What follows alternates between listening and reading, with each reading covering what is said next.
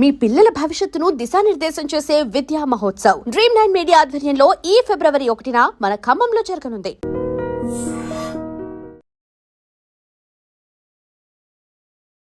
నమస్తే, welcome to iDream weekend update with కవిత.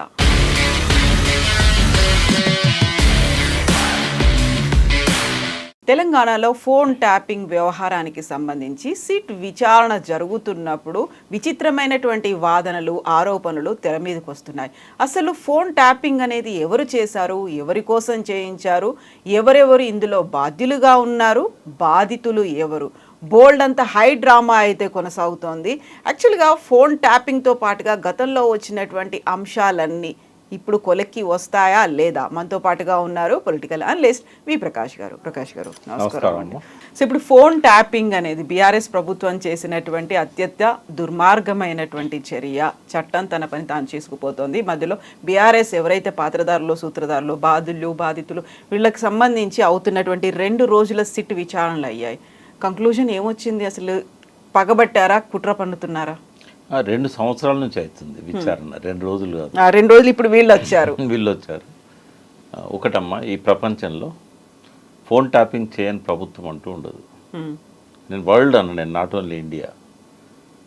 ప్రపంచంలో phone tapping చేయని ప్రభుత్వం ఉండదు. ఇంకోటి, ట్యాపింగ్ చేసినా చేయకపోయినా ఏ ఫోన్లో సీక్రెట్ అనేది ఉండదు అసలు. ఉండదు. ఎందుకంటే అన్నీ కూడా ఇప్పుడు మనం ఫోన్ మాట్లాడుతుంటేనే ట్యాప్ అయిద్దని కాదు. ఊరికే ఇట్లా ఫోన్ ఇట్లా పెట్టండి మీరు, అక్కడ వాళ్ళది ఏదైతే సెంటర్ ఉంటుందో ఈ ఫోన్ తయారు చేసిన వాళ్ళది, వాళ్ళు అనుకుంటే ఇట్లున్నప్పుడు కూడా మనదంతా వాళ్ళు ట్యాప్ చేయగలుగుతారు. అక్కడ అన్నీ రికార్డ్ అవుతూ ఉంటాయి.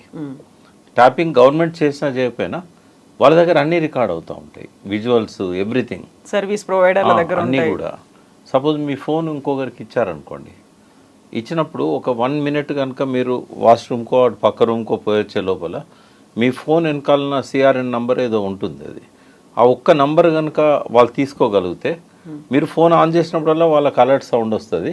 మీరు ఏం చూస్తున్నారో వాళ్ళు కూడా అదే చూస్తారు. మీరు ఎవరితో మాట్లాడుతున్నారో స్పష్టంగా వాళ్ళు వినగలుగుతారు.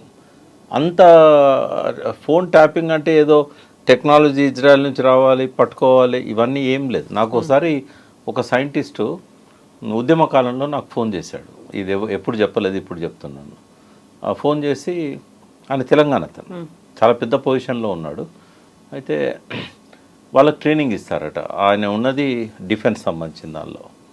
అయితే వాళ్ళకి ట్రైనింగ్ ఇస్తారట, ఫోన్లు ఎట్లా ట్యాప్ చేయొచ్చు, మీరు జాగ్రత్తగా ఉండాలి, మీ ఫోన్ ఆడమర్చి కూడా ఎవరికి హ్యాండ్ ఓవర్ చేయొద్దు, మీది ట్యాప్ అవుతుంది, మీరు చాలా అత్యంత సీక్రెట్ ఆర్గనైజేషన్లో ఉన్నారు. అయితే ఆయన ఏం చేసిండంటే, ఆయన తెలంగాణ క్యూరియాసిటీతోని యంగ్ సైంటిస్ట్, ఆయన ఏం చేశాడు, కావూరిది, లగడపాటిది, ఇంకొకరిది ఎవరిదో 3 నంబర్స్, సుబ్రహ్మణ్యుడిది అనుకుంటా, ఎట్లా వాళ్ళ ఫోన్లను ఆయన అంటే నంబరు ట్యాప్ చేసిండో మనకు తెలియదు. బట్ ఆయన 24 గంటలు వీళ్ళు మాట్లాడేటి, వీళ్ళు చూసేటి, ఎవ్రీథింగ్ ఏంటంటే ఆయన పేర్లు కూడా చెప్పిన కదా మీకు. అయితే ఆ రోజుల్లో, ఇది 2006, 20 ఇయర్స్ బ్యాక్, అప్పుడే ఆ టెక్నాలజీ ఉంది. అయితే ఆయన అంటే నేను నమ్మలేదన్న, నేను నమ్మను, నువ్వు ఇది సాధ్యం కాదు, అది పోలీస్ డిపార్ట్మెంట్లో హోమ్ సెక్రటరీ పర్మిషన్ ఇస్తేనే ఆ టెక్నాలజీ వాళ్ళు ప్రొవైడ్ చేస్తారు. అంటే నేను ఒక నంబర్ అడుగుతాను, నీకైతే రహస్యాలు ఏమి ఉండవు కదా, నీ ఫోన్ వెనకాల ఒక నంబర్ ఉంటుందా చెప్పు అన్నాడు. నేను చెప్పేసాను నంబర్. చెప్పగానే, ఇప్పుడు మీరు ఏదన్నా ఓపెన్ చేయండి అన్న, మీరు ఏం చూస్తున్నారో నేను చెప్తా అన్నాడు. నేను ఏదో పాట ఓపెన్ చేశాను అని చెప్పేసిండు నాకు. మీరు కాల్ చేసి మీరు ఈ పాట చూస్తున్నారు అన్నాడు. కన్వర్జేషన్ కూడా నేనేం మాట్లాడుతున్నానో చెప్పేసిండు ఆయన. అంటే నథింగ్ ఈజ్ సీక్రెట్, వాళ్ళకి తెలియదు ఇది. వాళ్ళు అలవోకగా తెలంగాణకు వ్యతిరేకంగా ఈ రకంగా మాట్లాడుకుంటాను, మీరు కేసీఆర్ గారికి చెప్పండి అని చెప్పి, మీ నంబర్ నాకు తెలిసిపోయింది కాబట్టి మీరు ఏదైనా సీక్రెట్స్ ఉన్నప్పుడు ఈ ఫోన్ పక్కకు పెట్టి వేరే ఫోన్ నుంచి మాట్లాడుకోండి అని చెప్పాడు. ఓకే, అంటే అది ఎవరైనా ట్యాప్ చేయగలిగే టెక్నాలజీ వచ్చిందమ్మా. ఏది ఎన్క్రిప్టెడ్ అని అంటాం WhatsApp, it's not encrypted, end to end అంటారు. అయితే ఎప్పుడు అంటే వాళ్ళకు అమౌంట్ పే చేస్తే వాళ్ళు ఇచ్చేస్తారు. మన దేశంలోనే కొన్నిసార్లు ప్రభుత్వాలు వాళ్ళకు పెద్ద మొత్తం పే చేసి వాళ్ళు అది కోడ్ తీసుకుంటారు. అంటే ఈవెన్ వాట్సాప్ కూడా సేఫ్ కాదు. ఇప్పుడేదో సిగ్నల్, అవును, తర్వాత ఫేస్ టైం ఇవి సేఫ్ అని అంటున్నారు. బట్ ఇప్పుడు అది కూడా వచ్చింది కదా, వాట్సాప్ కాల్ సిగ్నల్స్ తో ఎన్ని కాల్స్ చేశారో కూడా వీళ్ళ దగ్గర లిస్ట్ ఉంది అనేది. సిగ్నల్ కూడా సేఫ్ కాదు అనేది అర్థమైపోతుంది. కాదు, ఫేస్ టైం కొంతవరకు యాపిల్ కాబట్టి ఇప్పటివరకు అయితే ఫేస్ టైంను ట్యాప్ చేసినట్టు కనబడదు మనకు. బట్ ఇక్కడ ఏం జరిగిందంటే ప్రతి గవర్నమెంట్లో ట్యాపింగ్ అనేది ఉంటుంది. 100% ట్యాపింగ్ ఉండొచ్చు, కానీ ట్యాపింగ్ విత్ పర్మిటెడ్ లిమిట్సా కాదా అనేది ఇంపార్టెంట్.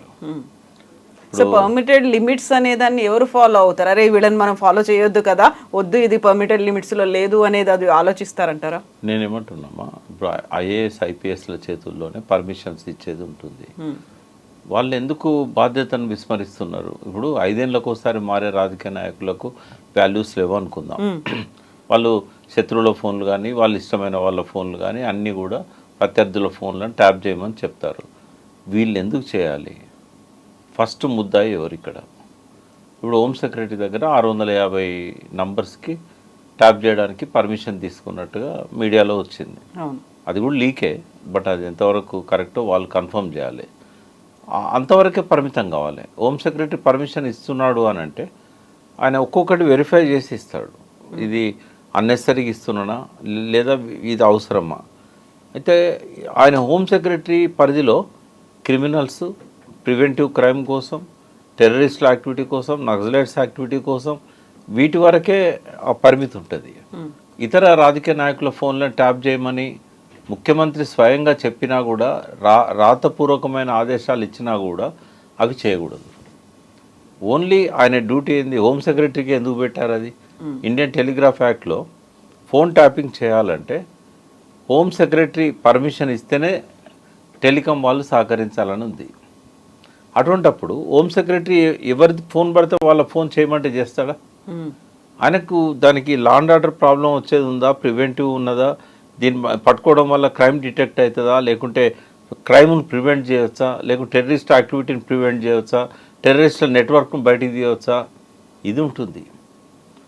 ఒకవేళ కనుక ఆయన పర్మిషన్ ఇవ్వకుండా ట్యాపింగ్ చేశారనుకోండి, రాతపూర్వకంగానైతే ఏ రాజకీయ నాయకుడు ఫలానా నంబర్ను ట్యాప్ చేయమని రిటర్న్గా తన హోదాను ఉపయోగించుకొని కేటీఆర్ కానీ, కేసీఆర్ కానీ, హరీష్ కానీ, ఇంకొకరు కానీ ఇవ్వరు. అంత మురుకులు ఎవరు లేరు రాజకీయాలలో ఇప్పుడు. కాకపోతే వచ్చినటువంటి లీకుల్లో ఒక పేపర్ మీద నెంబర్లు రాసి ఇచ్చారు, పెద్ద ఆయన చెప్పారు కాబట్టి చెయ్యండి అని. రోజు కొన్ని నెంబర్లు పేపర్ల మీద రాసి వచ్చేవి అని. రాసి నంబర్స్ ఐడెంటిఫై చేయడం కష్టం కదా, ఎవరు హ్యాండ్ రైటింగ్ అనేది పంపించాలి వాళ్ళకు. ఈ డిఎఫ్ఐడి ఉంటుంది, అంటే వాళ్ళు ఫింగర్ ప్రింట్స్ అంటే చేయగలుగుతారు, రాతను ఐడెంటిఫై చేయగలుగుతారు. నంబర్స్ని ఐడెంటిఫై చేయడం చాలా కష్టం. రెండవది, ఆ నంబర్లు ఆయనే రాస్తారని ఏమున్నది? కేటీఆర్ గారు నంబర్లు ఇచ్చాడు అనుకోండి, కింద ఉన్నవాడు కూడా ఆ నంబర్లు రాసుకోరా అంటే రాసిస్తాడు, దాన్ని ఫోటో తీసి పంపిస్తారు. నేను అనేది ఏంటంటే ఇన్ని సాక్ష్యాధారాలు వాళ్ళు ఎందుకు దాచుకుంటారు? ఇమ్మీడియట్గా ఎరేజ్ చేస్తారు సాక్ష్యాధారాలు. ఎందుకంటే ఇక్కడ ఫస్ట్ నేరం కనుక రుజువు అయితే ఫస్ట్ శిక్ష పడేది ఎవరికి? ఆఫీసర్కి. అవును, ఇప్పుడు అందుకే జైల్లో ఉన్నారు కదా. పొలిటీషియన్ అనేవాడు ఎస్కేప్ అవుతాడు. అది జరిగిన తర్వాత ఏ ఆఫీసర్ కూడా అంత ధైర్యం చేయట్లేదు. చెప్తున్నారు కష్టమండి, ఇది మా వల్ల కాదు. చాలామంది ఆఫీసర్లు నాకు తెలుసు చేయము అని అన్న వాళ్ళు, అంటే ట్యాపింగ్ కాదు, చేయకూడని ఫైళ్ళు పాస్ చేయమని అన్నప్పుడు ఆర్డీఓ లెవెల్లో ఉన్న వాళ్ళు కానీ, రెవెన్యూలో ఇట్లాంటి వాళ్ళు చేయము అని అంటే వాళ్ళని ట్రాన్స్ఫర్ చేశారు ఎక్కడికో రిమోట్ ఏరియాస్కి. బట్ చాలామంది నిజాయితీ పరులైన అధికారులు ఉన్నారు. బట్ ఇక్కడ ఏం జరిగింది అంటే ఒక ఆరోపణ, వీళ్ళు కేసీఆర్ కానీ కేటీఆర్ కానీ ఇన్ఫ్లుయెన్స్ చేసి చాలా ఫోన్లు ట్యాప్ చేశారు అనేది. అయితే మరి ఆ లిస్ట్ ఏదో బయట పెట్టచ్చు కదా, 2 years అయింది. ముందేమో 20 ఫోన్లు ట్యాప్ చేశారన్నారు, తర్వాత పోలీస్ డిపార్ట్మెంట్ వాళ్ళే మేము చేయలేదు అన్నారు, మేము ఓన్లీ హోమ్ సెక్రటరీ ఇచ్చినవి మాత్రమే ట్యాప్ చేసామని అన్నారు. ఇంకోటమ్మా, ఒకవేళ నిజంగానే అట్లాంటివి దొరికినా కూడా పోలీస్ ఆఫీసరు ఒక రాజకీయ నాయకుని కోసము తోటి పోలీస్ ఆఫీసర్ను జైల్లో వదిలే ప్రయత్నం అయితే చేయడు ఎట్టి పరిస్థితుల్లో. కాబట్టి ఏమన్నా చిన్న ఆధారాలు దొరికినా, క్లూస్ దొరికినా కూడా వాళ్ళు వాటిని బయట పెట్టరు. ఇదంతా ఏంటంటే ప్రజల దృష్టిని మరల్చడానికి వీళ్ళని పట్టుకొని ఒక 6 గంటలు 7 గంటలు విచారణ పేరుతో కాలయాపన చేయడం వల్ల ఆ రోజు అది సెన్సేషన్ అవుతుంది. అంతకుముందు రోజు ఉన్న టాపిక్ అనేది కొంచెం ప్రజల దృష్టి నుంచి పక్కకు పోతుంది. ఇప్పుడు సెన్సేషన్ ఏంది? Coal scam. ఈ కోల్ స్కామ్లో స్వయంగా బట్టి విక్రమార్క ఆయన సింగరేణి ఆయన పరిధిలో ఉంటుంది, ఎలక్ట్రిసిటీ ఆయన పరిధిలో ఉంటుంది. ఒరిస్సా పోయి నైనా కోల్ బ్లాక్ దాన్ని విజిట్ చేసి ఆ తర్వాత అవి టెండర్స్ యాక్సెప్ట్ చేసి వర్క్ అలొకేట్ చేసి ఆల్ ఆఫ్ సడన్ క్యాన్సిల్ చేశాడు ఒక ఆరోపణ రాగానే. నిజంగానే అలా స్కామ్ లేకపోతే ఎందుకు క్యాన్సిల్ చేస్తాడు? రెండవది ఏంటంటే ఇక్కడ ముఖ్యమంత్రిగా ఉన్న వ్యక్తి పరోక్షంగా ఇంకొక మంత్రికి సపోర్ట్గానో తన బావమరిదికి సపోర్ట్గానో ఇవి అలొకేట్ చేయించాలనుకున్నప్పుడు డిప్యూటీ సీఎం మీద ఒత్తిడి తెచ్చి క్యాన్సిల్ చేయించాడనేది ఒక ఆరోపణ వస్తూ ఉన్నది. ఒక మంత్రి కోసమో తన బావమరిది కోసమో. ఇదంతా కూడా ఒక విచారణ జరిపితే తప్ప వాస్తవాలు తెలియవు. ఈ లోపల మీడియా కొంత హైలైట్ చేయడం వీటన్నిటిని ఇట్లా జరిగింది, సెన్సేషన్ అయింది. ఇది ఏ రకంగా చూసినా రేవంత్ రెడ్డికి తలవంపులు తెచ్చేది.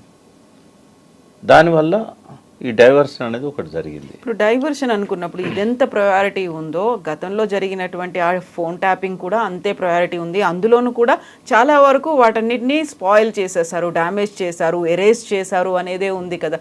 ఆ ఎరేజ్ అయిన దాన్ని ఇప్పుడు రిట్రీవ్ కూడా చేయలేము. అందులో ఏమేమి ఉన్నాయి, ఎన్ని ఉన్నాయి, దేశ రక్షణ వ్యవహారాలకు సంబంధించో లేకుంటే మిలిటెంట్లకో లేకుంటే టెర్రరిస్టులకు సంబంధించినటువంటి యాక్టివిటీ ఉంటే అవన్నీ పోయినట్టే కదా. వాటిని ఎవరు చేయించారు అని అవి ఎప్పటికప్పుడు అలర్ట్ అయ్యి దాన్ని స్టోర్ చేసుకుంటారు లేదా వేరే రూపంలో దాన్ని ప్రిజర్వ్ చేస్తారు.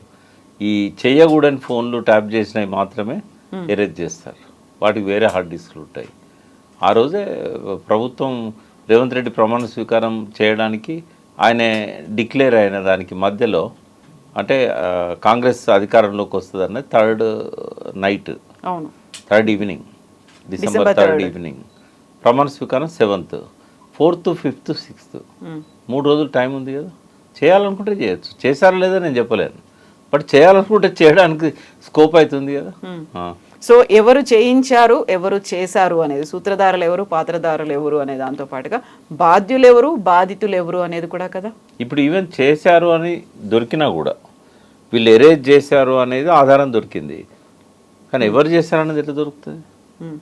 ఎవరు చేయించారనేది ఎట్లా దొరుకుతుంది?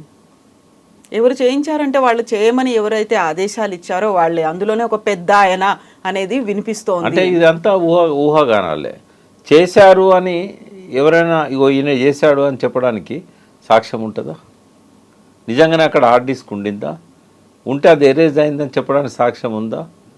ఉన్నప్పుడు అతనే చేశాడనే ఉన్న ప్రూఫ్ ఉందా? ఉన్నప్పుడు అతన్ని విచారించినప్పుడు ఇతని పేరు చెప్పాడని చెప్పి ఇవన్నీ లీకులే తప్ప. ఇప్పుడు వాళ్ళు వాంగ్మూలం ఇచ్చారు, చేసాము మేము, ఆ పెద్ద ఆయన చెప్పారు, మాతో చేయించారు, ఇలా పోలీసుల ముందు ఇచ్చే కన్ఫెషన్స్ చెల్లవు చట్ట ప్రకారం, ఎవిడెన్స్ యాక్ట్ ప్రకారంగా. పోలీసుల సమక్షంలో అది పోలీస్ ఆఫీసర్ కానీ బయట వాళ్ళు కానీ వాళ్ళ సమక్షంలో వాళ్ళే విచారణ చేసినప్పుడు ఇచ్చిన వాంగ్మూలాలు చెల్లవు. మేజిస్ట్రేట్ ముందు రికార్డ్ చేయాలి. ఇప్పుడు వాళ్ళు అరెస్ట్ అయ్యి లోపల ఉన్నారు, సుప్రీంకోర్టు దాకా కూడా వెళ్ళారు, బెయిల్ రావాలి అనుకుంటే ప్రభాకర్ రావుకి రాలేదు. మరి ఇప్పుడు ఈ సిట్ అనేది వచ్చింది, ఆ తర్వాత మాజీ మంత్రులు ఇద్దరిని 2 రోజుల పాటు జరిగింది. ఏం జరుగుతోంది ఇక్కడ? ఇది కేవలం డైవర్షన్ పాలిటిక్స్ అమ్మా. 2 డైవర్షన్ పాలిటిక్స్ ఉన్నాయి ఇలా. అంటే ఇక్కడ కూడా నేను ఒక కామెంట్ చేస్తాను రేవంత్ రెడ్డి మీద. ఎందుకంటే డైవర్షన్ పాలిటిక్స్ చాలా రేర్గా జరుగుతాయి. దీనికి పితామహుడు ఎవరు తెలుసా? డైవర్షన్ తెనాలి రామకృష్ణుడు. కృష్ణదేవరాయల ఆస్థానంలో ఒక గీతను ముట్టుకోకుండా చెరపకుండా చిన్నగా చేయాలంటే ఏం చేయాలి? పక్కన పెద్ద గీత గీయాలని చెప్పాడు. ఇప్పుడు ఈ కోల్ స్కామ్ కావచ్చు, ఇంకోటి కావచ్చు, దీని నుంచి ప్రజల దృష్టిని మరల్చాలంటే ఇంకొక ముఖ్యమైన సమస్య, సెన్సేషనల్ సమస్యను ముందు పెట్టాలి. అదే చేస్తున్నట్టు రేవంత్ రెడ్డి. అయితే గతంలో ఏ ముఖ్యమంత్రి అయినా ఇది చేయకుండా 5 ఏళ్ళు పాలించిన ముఖ్యమంత్రులు లేరు. ప్రతి ఒక్కరు చేస్తారు ఇది. కానీ వాళ్ళు స్పేరింగ్గా తన ఉనికికే ప్రమాదం వచ్చినప్పుడు, తన డిఫేమ్ అయ్యే పరిస్థితి వచ్చినప్పుడు రేర్గా వాడుకుంటారు ఈ వెపన్ని. బట్ రేవంత్ రెడ్డి ఏంటంటే ప్రతిసారి ఇదే వెపన్ వాడుతున్నాడు.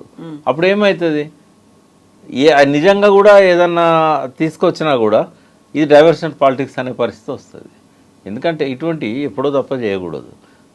ఇప్పుడు 2 ఏం చేసిండో చెప్తా. హరీష్ రావు గారిని చేసే ముందేమో టీఆర్ఎస్ దిమ్మలు గులగొట్టండి అని ఒక స్టేట్మెంట్ ఇచ్చాడు. సెల్ఫ్ గోల్ అయిపోయింది అది. ఈయన టీడీపీకి అనుకూలంగా ఉన్నాడు అనేది బాగా ప్రచారమైంది. కాంగ్రెస్లో వ్యతిరేకత వచ్చింది, హైకమాండ్కు ఫిర్యాదులు పోయినాయి. దాని నుంచి చర్చను మళ్లించడం కోసం నెక్స్ట్ డే హరీష్ రావుని పిలిపించారు. ఆ రాత్రి 9 గంటలకు ఆలోచించారు.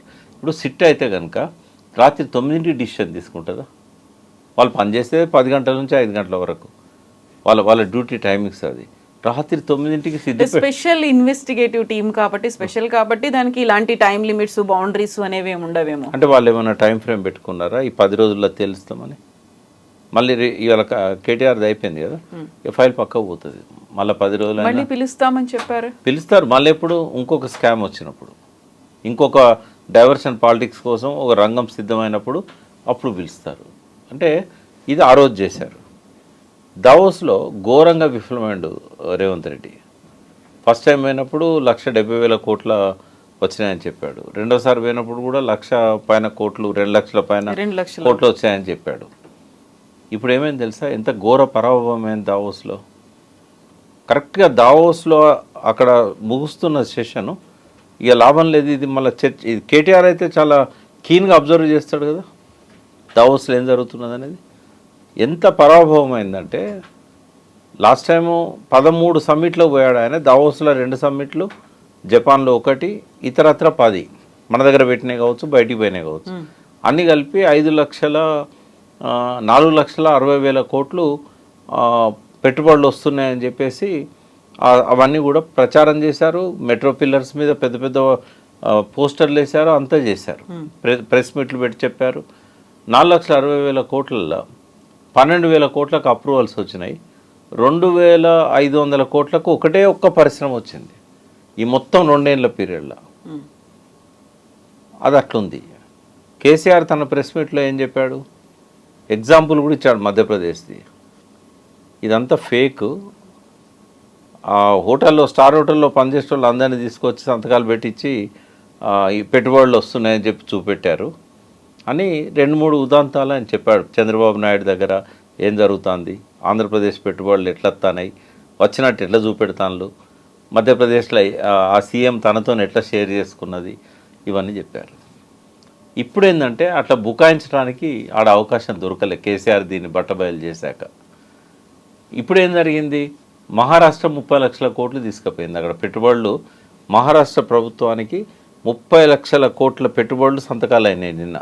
కాకపోతే అక్కడ కూడా వినిపిస్తున్నటువంటి ఆరోపణలు ఏంటంటే మహారాష్ట్రలో అక్కడ పక్క రాష్ట్రానికో లేకుంటే పక్క ఎవరైతే ప్రాంతానికి చెందినటువంటి ఒక లీడర్ ఉన్నారో అక్కడ ముంబైలో జరుపుకోవాల్సినవి వాళ్ళనే అక్కడ దాకా దావోస్ దాకా పట్టుకెళ్ళారు, అక్కడ ఒప్పందం చేసుకొని ఇక్కడికి వచ్చారు. అయినా కూడా ఈయన కూడా అట్లనే చేశాడు. మరి ఈ 4,60,000 కోట్ల సంతకాలలో చాలామంది మన తెలంగాణ వాళ్ళు ఉన్నారు. మొన్న రైజింగ్ దానిలో ఏ అంబానో అదానో సంతకాలు చేయలే, మనోళ్ళే చేశారు.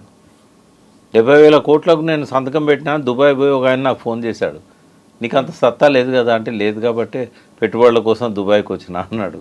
ఏ షేక్ నన్ను అడిగి ప్రాజెక్టు మంచిగా ఉంది ముందే సంతకం పెట్టేసిన అన్న అక్కడ అని చెప్పిండు మన తెలంగాణ పిల్లోడే. అంటే నేననేది ఏంటంటే ఇక్కడ కనీసం పక్కనున్న ఆంధ్రప్రదేశ్ 2.5 లక్షల కోట్లకు సంతకాలు అయినాయి.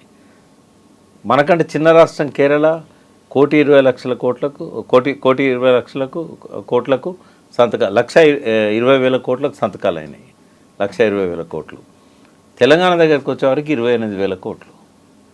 అంటే అత్యంత తక్కువ పెట్టుబడుల సంతకాలు అయినాయి తెలంగాణకు.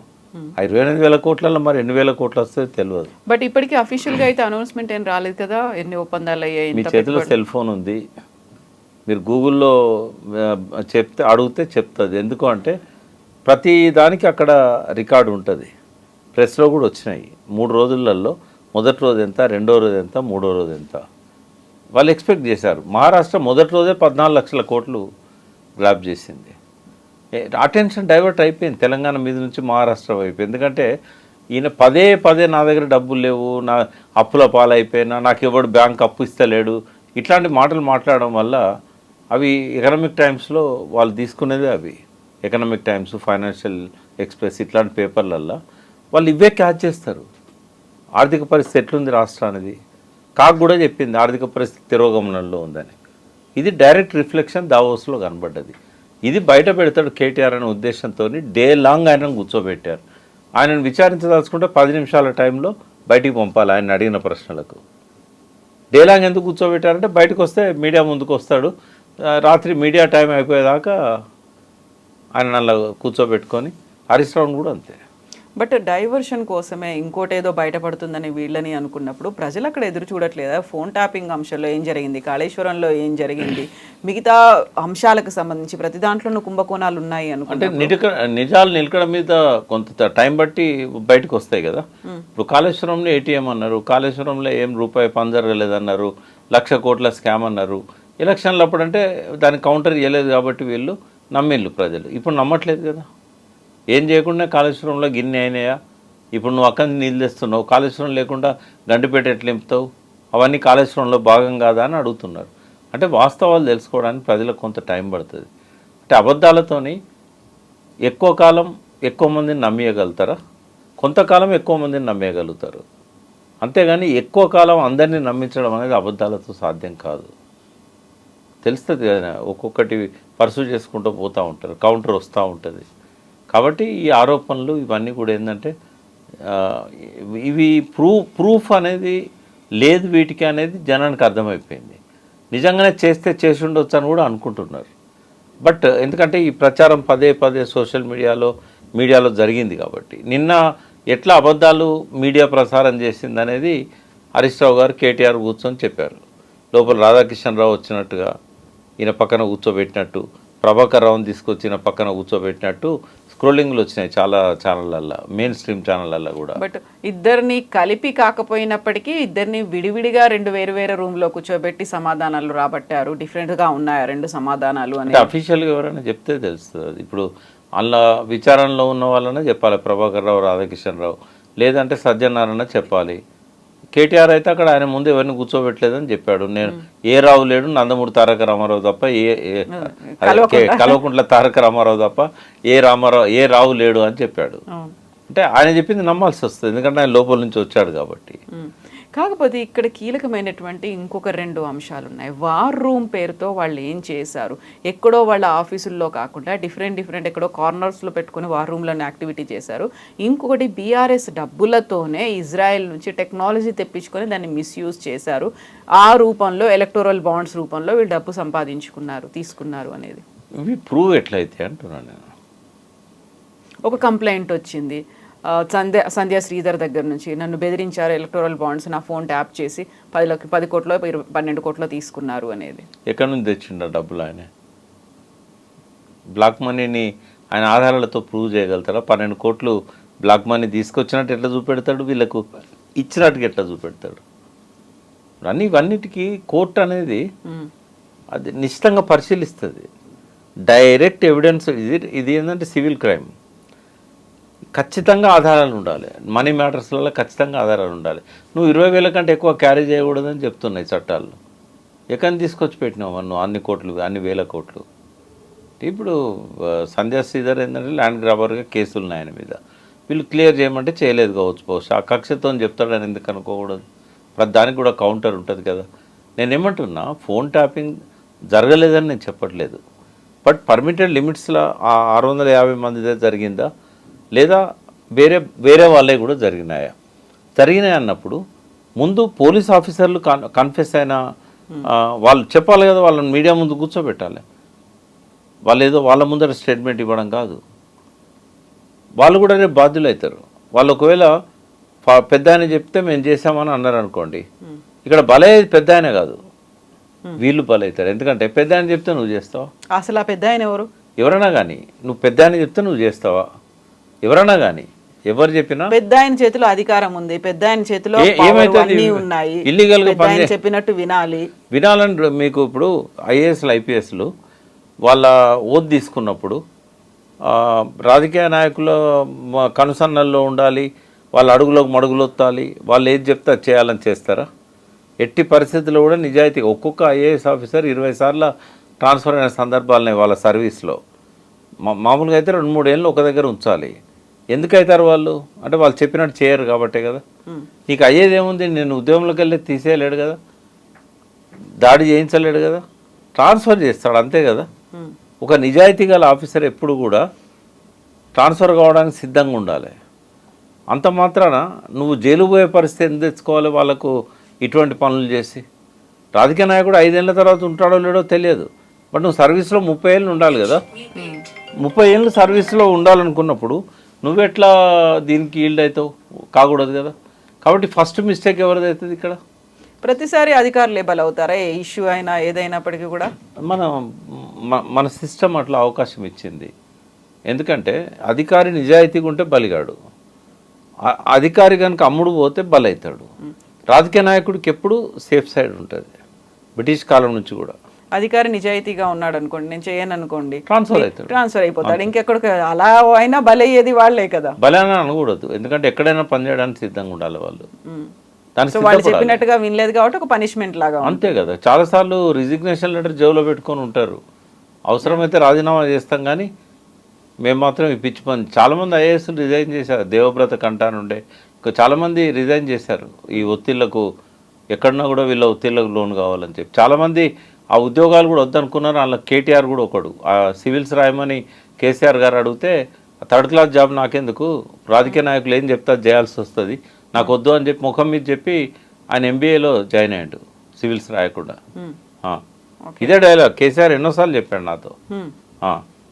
సివిల్స్ ఏరా అంటే థర్డ్ క్లాస్ జాబ్ అన్నాడు వీడు అని చెప్పి. సార్ ఇప్పుడు ఇజ్రాయెల్ టెక్నాలజీని తీసుకొచ్చుకున్నారు, అది దేశ భద్రత కోసం లేకుంటే డిఫెన్స్ సిస్టమ్ కోసమో ఒక రక్షణ కోసం ఉపయోగపడేటువంటి దాన్ని ఇలా మిస్యూజ్ చేసి పర్సన్స్ మీద ఎవరైతే నచ్చలేదో, ఎవరైతే వ్యతిరేకంగా ఉన్నారో, విపక్షాల్లో ఉన్నారో వాళ్ళని మానిటర్ చేయడానికి పెట్టుకోవడం ఏంటి? నేనేమంటున్నా, అది తెచ్చింది దీనికోసం కాదు, కౌంటర్ ఇంటెలిజెన్స్ ఇదే సజ్జన్ అన్నప్పుడు తెచ్చినట్టున్నారు. అయితే దీనిలో చాలా ఫలితాలు వచ్చాయి. ఎక్కడెక్కడి గుజరాత్లో, తర్వాత వేర్వేరు ప్లేసెస్లో ఐఎస్ఐఎస్ వాళ్ళు, ఇట్లాంటి వాళ్ళు తీవ్రవాదులు వాళ్ళు చేసే విధ్వంసాన్ని ముందే పసిగట్టి భారతదేశాన్ని అలర్ట్ చేశారు. కేసీఆర్ గారి పీరియడ్లో ఇట్లాంటి చాలా కౌంటర్ ఇంటెలిజెన్స్ ద్వారా వాళ్ళ దృష్టికి తేవడం జరిగింది, దాన్ని ప్రివెంట్ చేయడం జరిగింది. లేకుంటే కొన్ని వందల మంది బలయ్యే వాళ్ళు ఈ రోజు వరకు కూడా టెర్రరిస్ట్ యాక్టివిటీస్ నడుస్తూ ఉండేటి. ఆ విషయంలో సజ్జనాన్ని ఒప్పుకోవాలి. ఆయన ఫేక్ ఈమెయిల్ ఐడీలు ఇట్లాంటివి క్రియేట్ చేసి చాలామందిని ట్రాప్ చేశాడు. దాదాపు ఆ పీరియడ్ అంతా కూడా ఒక్క ఐఎస్ఐఎస్ యాక్టివిటీ కూడా జరగలేదు. ఈ ఒకతన్ని ఎస్ఐని చంపిన ఒకే ఒక్క ఇన్సిడెంట్ నల్గొండ దగ్గర తప్ప, దాని కౌంటర్గా వికారుద్దీన్ చంపేశారు. అది ఒక్కటి తప్ప వేరే ఏం లేదు. అది ఆ ఇజ్రాయెల్ టెక్నాలజీ బహుశా అదే కావచ్చు పట్టించింది. అది తేవడం వల్లనే కొన్ని క్రైమ్స్ను ఆపగలిగారు. దానివల్ల మేలు ఎక్కువ జరిగింది. ఒకవేళ దాన్ని ఉపయోగించుకొని ట్యాప్ చేశారని అనుకుంటే ఫస్ట్ బలయ్యేది అధికారులు, తప్పు చేసింది అధికారులు. అది అయిన తర్వాత అప్పుడు వీళ్ళ మీదకి వస్తుంది నేరం. అదేది లేకుండానే వీళ్ళని పట్టుకునే ప్రయత్నం చేస్తే అది నిలబడదు. కాబట్టి ఈ ఫోన్ ట్యాపింగ్ కేసు అనేది శిక్ష పడని కేసు, విచారణలోనే వీగిపోయే కేసు. ఇప్పుడు అదే సజ్జనార్ గతంలో చాలా బాగా వర్క్ చేశాడు, ఇలాంటి యాక్టివిటీస్ అన్నింటినీ కంట్రోల్ చేయడంలో ఉపయోగపడినటువంటి సజ్జనార్ మీద ఇప్పుడు ఎందుకని బీఆర్ఎస్కి అంత కోపం వస్తోంది? నిన్న ఆర్ఎస్ ప్రవీణ్ కుమార్ కూడా అన్నారు ఆయన మీద 7 కేసులు ఉన్నాయి. ఎవరు అధికారంలో ఉన్నా కూడా వాళ్ళ మెప్పు కోసం పనిచేసే వాళ్ళు కొందరు ఉంటారు, నిజాయితీగా తన బాధ్యతలు నిర్వహించే వాళ్ళు కొందరు ఉంటారు. సజ్జనార్ ఏ కేటగిరీ కిందికి వస్తున్నారో నేను చెప్పలేను,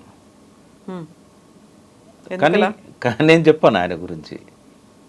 ఎందుకంటే అన్నారు ఆయన చేసినటువంటి దాని వల్ల చాలా వరకు కంట్రోల్ అయ్యాయి. అందుకే నేనేమంటున్నా అంటే ఆయన నిజంగానే అధికారు లోపల నిజాయితీ ఉండి తను చట్టానికి బద్ధుడై ఉన్నాడా అనుకుంటే ఈ దిశ ఎన్కౌంటర్ కానీ, వరంగల్లో యాసిడ్ పోసిన వాళ్ళని చంపడం కానీ, ప్రజలు కోరుతున్నారు ముఖ్యమంత్రి గారు ఆదేశించారని చెప్పి అట్లా చంపడు.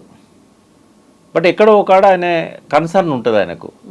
ఇప్పుడు మీరు నేను ఎట్లయితే ఫీల్ అవుతామో ఒక ఇన్సిడెంట్ జరిగినప్పుడు అట్లాగే ఫీల్ అవుతాడు ఆయన. అట్లాగే ఫీల్ అయ్యి ఆయన చట్టాన్ని చేతిలోకి తీసుకున్న సందర్భాలున్నాయి. సుప్రీంకోర్టులో ఇవాళ విచారణ ఎదుర్కొంటున్నాడు. బహుశా ఆ కేసు క్లియర్ అయిందో లేదో నాకు తెలియదు, బట్ అప్పీల్ ఉండే అక్కడ. ఏది ఏమైనా కూడా ప్రజలు పూలు చల్లారు ఆయన మీద. అంటే ప్రజల ఆలోచనలో తగ్గట్టుగా ఆయన వ్యవహరించాడు. అట్లా వ్యవహరించమని బహుశా ముఖ్యమంత్రి లేకుంటే హోంమంత్రి చెప్పు ఉండొచ్చు, బట్ దాన్ని చట్టం పర్మిట్ చేయదు కదా. దిశ ఎన్కౌంటర్ని అప్రిషియేట్ చేసిన వాళ్ళు ఎంతోమంది ఉన్నారు, కానీ అది తప్పు అనేది మాలాంటి వాళ్ళం ఆ రోజే గొంతెత్తాం. అది చేయకూడదు. ఈవెన్ యాసిడ్ పోసి కొంతమందిని అది ఇది చేసినప్పుడు కూడా ఆ ఇన్సిడెంట్లో వరంగల్లో 3 తీసుకుపోయి కాల్ చేశాడు. సీన్ ఆఫ్ అఫెన్స్ పోయినప్పుడు ఇక దానికి ఏదో కథ అల్లుతారు, వెపన్ తీసుకుపోతుంటే ఇదని. అట్లా చాలా జరిగినాయి ఆయన పీరియడ్లో. 3 ఇన్సిడెంట్లు అయితే నాకు తెలుసు. బట్ ఇది చట్ట ప్రకారం అయితే చేయకూడదు. ఆయన ప్రజల ఆకాంక్షల మేరకు చేసిండా లేకుంటే ముఖ్యమంత్రి చెప్తే చేసిండా అంటే అటువంటి వ్యక్తే ఇవాళ సిట్ ముఖ్యాధికారిగా ఉన్నాడు. అంటే రాజశేఖర రెడ్డి పీరియడ్లో పనిచేశాడు, చంద్రబాబు పీరియడ్లో పనిచేశాడు, కేసీఆర్ పీరియడ్లో పనిచేశాడు, రేవంత్ రెడ్డి పీరియడ్లో పనిచేస్తున్నాడు. అంటే ఆయనకు పర్సన్ ముఖ్యం కాదు, ఎవరు అధికారంలో ఉన్నారు వాళ్ళ ఆదేశాలను శిరసా వహించాలి. అక్కడ అధికారిగా ఉన్నారు కాబట్టి, పోలీసు అధికారిగా ఉన్నారు కాబట్టి ఆయన అలా ఫాలో అవ్వాల్సిందే కదా. అదే ఇంతకుమించి నేను ఏది మాట్లాడినా ఇప్పుడు నాకు నోటీస్ వస్తుంది, ఆర్ఎస్ ప్రవీణ్ కుమార్కి వచ్చినట్టుగా. దాంతోపాటు మీకు నోటీస్ వస్తుంది. ఈ పంచాయతీ అంత అవసరం మీకు నాకు? ఇప్పుడు ఏం జరగబోతోంది మరి? నెక్స్ట్ ఏమవుతుంది? ఏమీ జరగదు. ఫస్ట్ పోలీస్ అధికారులు వాళ్ళు అరెస్ట్ అయ్యారు, ఇప్పటికీ జైల్లోనే ఉన్నారు, బెయిల్ కూడా రాదు, సుప్రీంకోర్టు కూడా నిరాకరించింది. ఆ తర్వాత మంత్రులు వచ్చారు, ఇద్దరు అయిపోయి ఎక్స్ మంత్రులు వచ్చారు, ఆ ఇద్దరు అయిపోయారు. హూ కమ్స్ నెక్స్ట్ అంటే ఆయన ఎవరినైనా పిలవచ్చు, సీఎం కూడా పిలవచ్చు, కేసీఆర్ని పిలవచ్చు, ఆ టీఆర్ఎస్లో ఉన్న ఇతర మంత్రులను పిలవచ్చు. అప్పటి పీరియడ్లో రేవంత్ రెడ్డికి ఎవరి మీద కక్ష ఉన్నా లేకుంటే ఎవరిని విచారించాలనుకున్నా ఓ ఫేక్ కంప్లైంట్ ఎవరితోనైనా ఇప్పించి పిలిపించవచ్చు. చట్టం చేతిలోకి తీసుకోవడానికి ఈయన ఆయన అని ఏముంటుంది? ఎవరినైనా పిలవచ్చు, ఎవరినైనా విచారించవచ్చు. జరుగుతుంది ఏం బహుశా ఇంకొక పెద్ద ఇష్యూ వచ్చినప్పుడు, రేవంత్ రెడ్డి పదవికే ప్రమాదం వచ్చేటువంటి స్కామ్ వచ్చినప్పుడు అప్పుడు కేసీఆర్ని పిలిచి మీడియా అటెన్షన్ డైవర్ట్ చేయొచ్చు. ఓకే, ఇలా తేలేది ఏముండదమ్మా. సో ఇప్పుడు క్లీన్ చిట్టా మరి కేసీఆర్కి, మంత్రివర్గంలో ఉన్నటువంటి మంత్రులకి? ఒకవేళ క్లీన్ చిట్ కాకుండా ఈయన కేసులు పెట్టినా కూడా అవి నిలబడమంటున్నాను నేను. ఓకే, ఎందుకంటే ఒకవేళ నేరం చేయాలనుకున్నా అప్రమత్తంగా ఉంటారు కదా. ఎందుకు చేస్తారు? తెలిసినట్టు చేస్తారా, దొరికేటట్టు చేస్తారా, రికార్డ్స్ అన్నీ ఆధారాలు ఇచ్చినట్టు చేస్తారా? ఆ సంతకాలు పెట్టాల్సింది ఎవరమ్మా? అధికారులే కదా. రేపు కాళేశ్వరం జరిగింది అనుకుందాం, సరే ఎన్లనైనా రంధ్రాన్వేషణ చేస్తే కొన్ని తప్పులు దొరుకుతాయి. మళ్ళీ చెప్తున్నా, ఆ తప్పుల వల్ల కాళేశ్వరం ఇదైందని నేను చెప్పట్లేదు, బ్లాస్ట్ వల్లనే అయింది అది. బట్ తప్పులు జరిగినాయి, నిర్వహణ లోపం జరిగింది, డిజైన్లలో కూడా ఏమైనా లోపాలు ఉంటే ఉండొచ్చు కాక రేపు తేలితే ఎక్స్పర్ట్ కమిటీ. బట్ శిక్ష ఉద్దేశించింది ఎవరికి? ఇంజనీర్లు, 17 మంది ఇంజనీర్లను వాళ్ళ మీద కేసులు పెట్టమని చెప్పేసి ఎన్డీఎస్ఏ చెప్పింది. పీసీ ఘోష్ కమిషన్ అదే రికమెండ్ చేశాడు. అలా కేసీఆర్ మీద కేసు పెట్టమని చెప్పారా? ఇరిగేషన్ మినిస్టర్స్ మీద కేసు పెట్టమని చెప్పారా? ఒక ప్రొటెక్షన్ ఉంటుంది. వాళ్ళు తప్పులు చేయకుండా కేసులు పెట్టవచ్చు, తప్పులు చేసినా కేసు పెట్టకపోవచ్చు, ఆధారాలు దొరకకపోవచ్చు. కేసులు పెట్టేంత మాత్రాన అవి గెలుస్తారని ఎట్లా అనుకుంటారు? అట్లా ప్రూవ్ అయిన కేసులు ఎన్ని ఉన్నాయి మొత్తం భారతదేశంలో? ఒక గట్టి స్కామ్ కనబడుతుంది లాలూ ప్రసాద్ది. ఇంకా ఏ కేసులో ఎవరు అటువంటి శిక్షలు అనుభవించిన వాళ్ళు ఉన్నారు, జైలు పోయిన వాళ్ళు ఉన్నారు. కాబట్టి ఇదంతా కూడా రాజకీయ కాలక్షేపము, ఇష్యూస్ నుంచి డైవర్ట్ చేయడానికి తప్ప సీరియస్నెస్ కనబడదు ఇక్కడ. అందుకే వీటన్నిటినీ విడివిడిగా మనం ఆలోచించినట్టయితే నిజంగానే దొరికే కేసులు ప్రతిపక్షం పెట్టదు, ప్రతిపక్షం మీద గవర్నమెంట్ పెట్టదు. దొరికే కేసులు గవర్నమెంట్లో ఉన్న వాటి మీద ప్రతిపక్షం పెట్టదు. ఈ జనం లోపల ఒక హై డ్రామా నడిపించడానికి అందులో వాళ్ళ పరిమితమైన రాజకీయ ప్రయోజనాలు, డైవర్షన్ పాలిటిక్స్ ఇవన్నీ ఉంటాయి. ఆ యాంగిల్లో చూసినప్పుడు ఇదంతా అర్థమవుతుంది మనకు. ఎస్ అండి, థ్యాంక్ యూ సో మచ్ అండి, థ్యాంక్ యూ. నిజంగా ప్రస్తుతం ఉన్నటువంటి సమాజం దేనికి ప్రయారిటీ ఇస్తుంది? ఆర్థిక సంబంధాల చుట్టూ మాత్రమే తిరుగుతుంది. మళ్ళీ ఎన్నికలంగానే చాలా విరక్తి కలుగుతాను. మంచి అనిపిస్తుంది కదా, లేడీస్ కూడా ఛాలెంజింగ్ జాబ్స్ చేసినప్పుడు చాలా బాగుంటది. ఫుడ్ డెలివరీ ఇవ్వటానికి వెళ్ళినటువంటి డెలివరీ బాయ్ అనిల్ పై కళ్ళ ముందు